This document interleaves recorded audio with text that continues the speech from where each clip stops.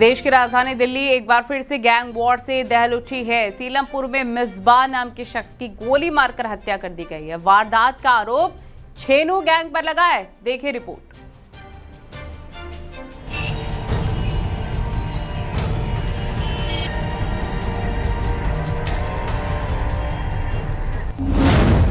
Gang war से दहल उठी देश की राजधानी।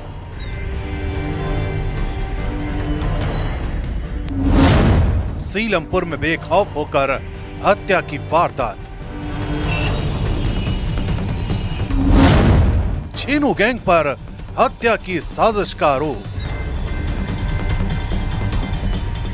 दिल्ली के सीलमपुर में देर रात गोलियों की आवाज ने लोगों की नींद उड़ा दी।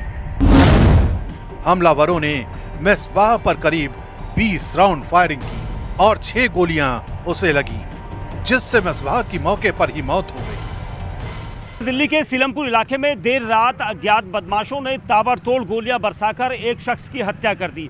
इस शख्स का नाम मिसबाह है, जो इसी इलाके में जाफराबाद में रहता था, लेकिन ये बताया जा रहा है कि ये जो हमला है ये दूसरे गैंग ने किया है। घटना स्थल से 6 खाली खोखे बरामद हुए हैं। सीसीटीवी कैमरों की फुटेज खंगाली जा रही है। पुलिस के मुताबिक ये मामला 2 गैंग के बीच रंजिश का लग रहा है।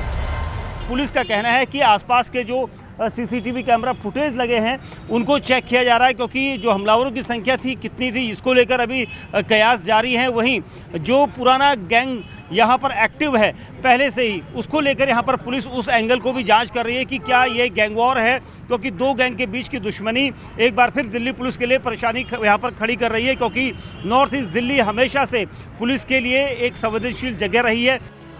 जिस मिसबाह नाम के शख्स की मौत हुई है वो कोई आम शख्स नहीं है। उस पर हत्या और लूट जैसे कई गंभीर मामले दर्ज थे। वो जुलाई 2025 में जेल से बाहर आया था। सूत्रों के मुताबिक पहले वो छेनू गैंग से जुड़ा था, लेकिन 1 साल पहले हाशिम बाबा गैंग में शामिल हो गया था। इसी गैंग बदलने की वजह से दोनों गिरोहों में दुश्मनी बढ़ गई थी। माना जा रहा है कि उसी पुराने गैंग की रंजिश में उसकी हत्या की गई। नॉर्थ ईस्ट दिल्ली में हाशिम बाबा और छेनू गैंग का नाम है और दोनों एक दूसरे के कट्टर दुश्मन हैं। यहाँ पर सूत्र बता रहे हैं कि जो मृतक मिसबाह है उसके ऊपर कई सारे मुकदमे भी दर्ज हैं और मिसबाह पहले छेनू गैंग में ही था और उसके साथ जुड़ा हुआ था, जिसके बाद 1 साल पहले ही वो हाशिम बाबा गैंग के साथ जुड़ा और इसकी वजह से उसकी दुश्मनी छेनू गैंग के लोगों के साथ बढ़ गई। अब पुलिस इस हत्याकांड की हर परत खोलने में जुट गई है। फॉरेंसिक रिपोर्ट, सीसीटीवी कैमरा और कॉल डिटेल्स के जरिए शूटरों की पहचान हो रही है।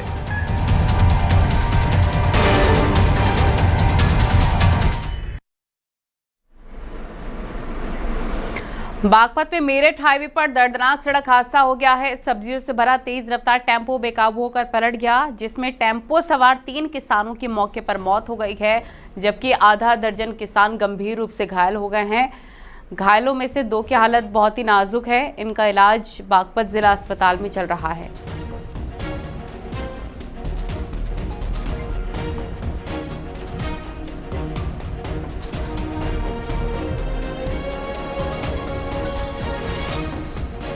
शहजाद राव हमारे सहयोगी फोन लाइन पर जुड़ गए हैं। क्या अपडेट मिल रहा है इस पूरे सड़क हादसे को लेकर? क्या अभी घायलों की स्थिति ठीक है शहजाद?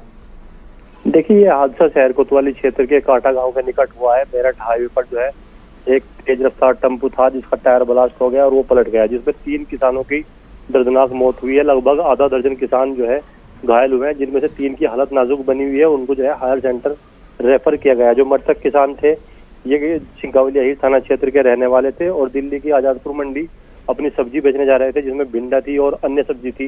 इनके नाम जान मोहम्मद है, रज्जू है, अशफाक है। तीनों जा रहे थे, इनके साथ और भी किसान थे। फिलहाल जो घायल है उनमें 3 की हालत नाजुक है और जो अन्य लोग हैं वो जो है भी खतरे से बाहर है। बागपत जिला अस्पताल में उनको उपचार चल रहा है। मेरठ हाईवे पर काटा गांव के निकट ये हादसा हुआ है। लगभग 3 से 4 बजे के बीच की घटना थी। मेरठ हाईवे पर ये जा रहे थे, तभी जो है अचानक चलते चलते तेज रफ्तार जो टेम्पो था उसका अगला टायर ब्लास्ट हो गया। टायर ब्लास्ट होने के बाद टेम्पो अनियंत्रित हुआ और अनियंत्रित होने के बाद जो पास का खेत था हाईवे का, उस पर जाकर पलट गया। सब्जी के नीचे किसान दब गए थे, टेम्पो के नीचे किसान दब गए थे, जिनसे 3 की तो मौके पर ही मौत हो गई और जबकि 3 की हालत गंभीर बनी हुई है और आधा दर्जन जो है घायल है। जी ठीक है, शुक्रिया आपका तमाम जानकारी के लिए।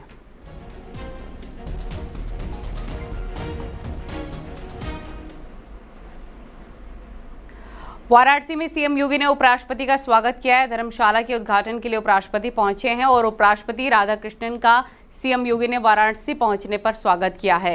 एयरपोर्ट पर सीएम ने उपराष्ट्रपति का स्वागत किया। इसकी तस्वीरें आप देख सकते हैं। कुछ ही देर में सिगरा से धर्मशाला पहुंचेंगे सीएम योगी और भूमाफिया से खाली कराई गई जमीन पर आलीशान धर्मशाला बना हुआ है। सीएम योगी ने भूमाफिया से ये जमीन खाली कराई थी। अब 139 कमरों का आलीशान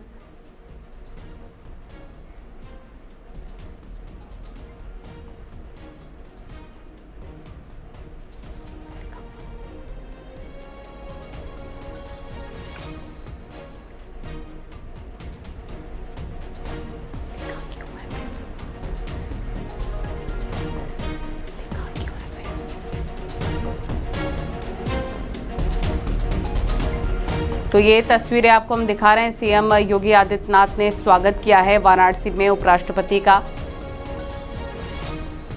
धर्मशाला के उद्घाटन के लिए पहुंचे हैं उपराष्ट्रपति।